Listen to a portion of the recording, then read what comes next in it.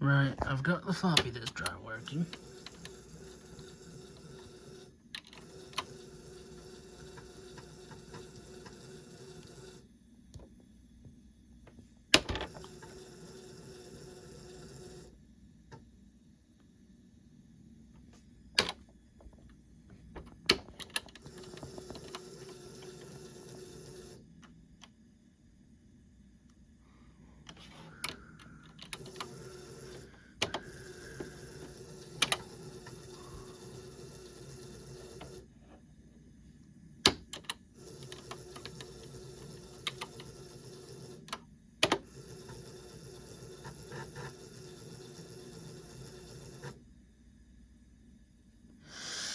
Right.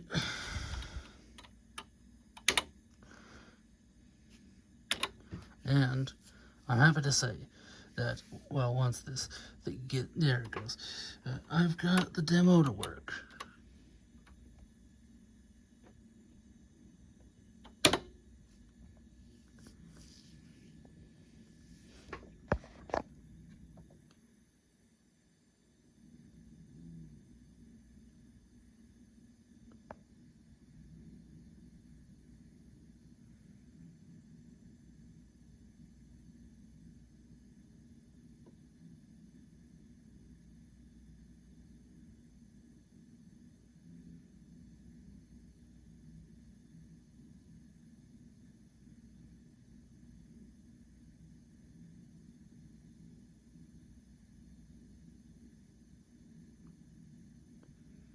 I'll just let it play through. And then what's really cool is that it shows off its capabilities as a printer by once it's done doing all this, typing all this out on its own.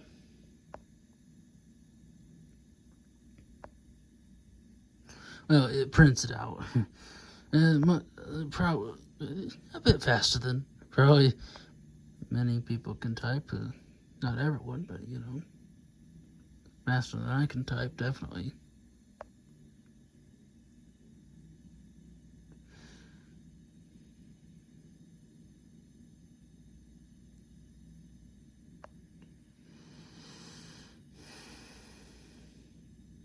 Yeah, I know.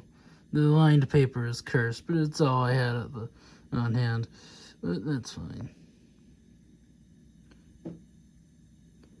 Of course, if you miss any of this, I will put a scan of what on earth it says on this paper on the internet later.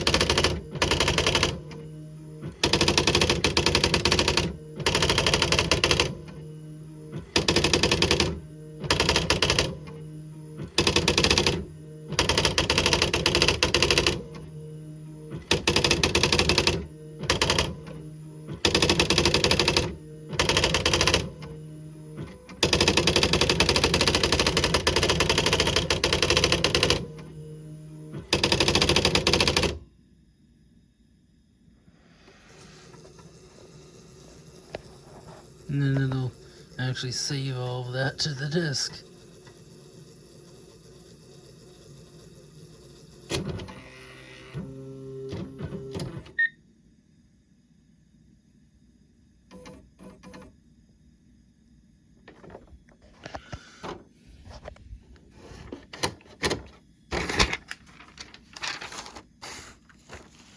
There's just a short viewing of that.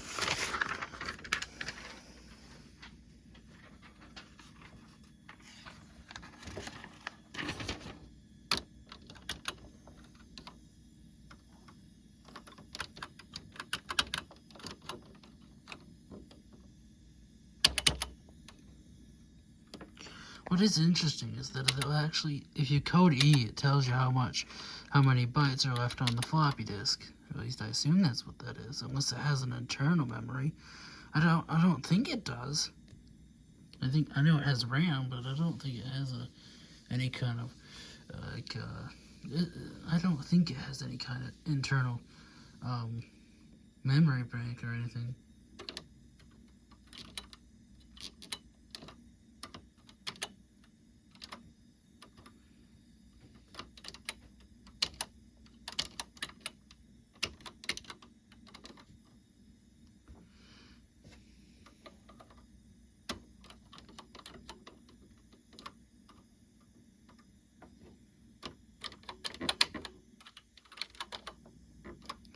I'm just trying to see if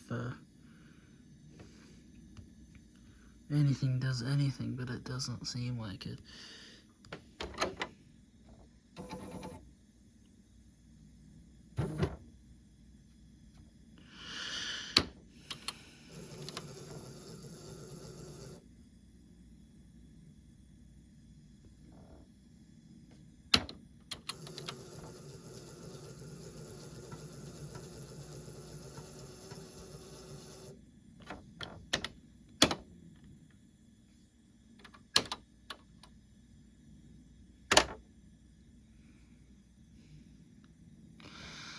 Alright.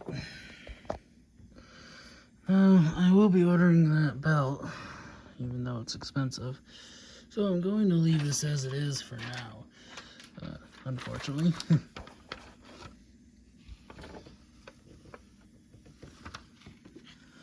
I don't really know how to use this utility disk. I don't have the manual. Unless the utility disk is the application disk, but the only application I could find on here was the demo, which I assume says the same thing this does. Unless I'm just using this wrong, I don't know. In theory, it should just load like the other one, but it just doesn't. Well, then again, it's not technically a Smith Corona word processor formatted disk either, because it'll actually let you see the contents in Windows.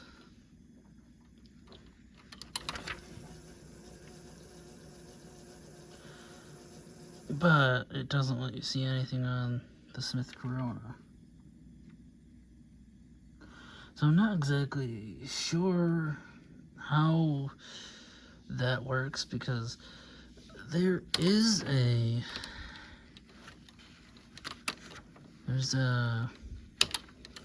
if you go to disk and then other, there is a function where you can convert from either Smith Corona to ASCII or ASCII to Smith Corona. However, that requires you to use the utility disk, because there's one other program on the utility disk that I didn't mention, and that's the convert program. It's supposed to be a DOS-based program, which I assume works with a DOS-based version of WordPerfect, because it requires you to have WordPerfect, and I assume it wants a DOS version of WordPerfect to do this. Which one, I don't know. But I tried WordPerfect XP, which comes on CDs, and it didn't Well, it was WordPerfect, like, it wasn't XP, it was like 9 or something. It was like the first one on CD.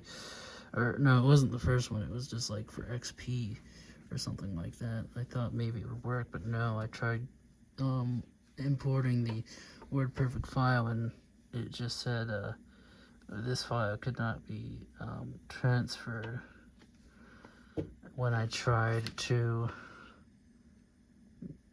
do this disk. And then it did transfer over to the utility disk, but obviously that it doesn't want to read that.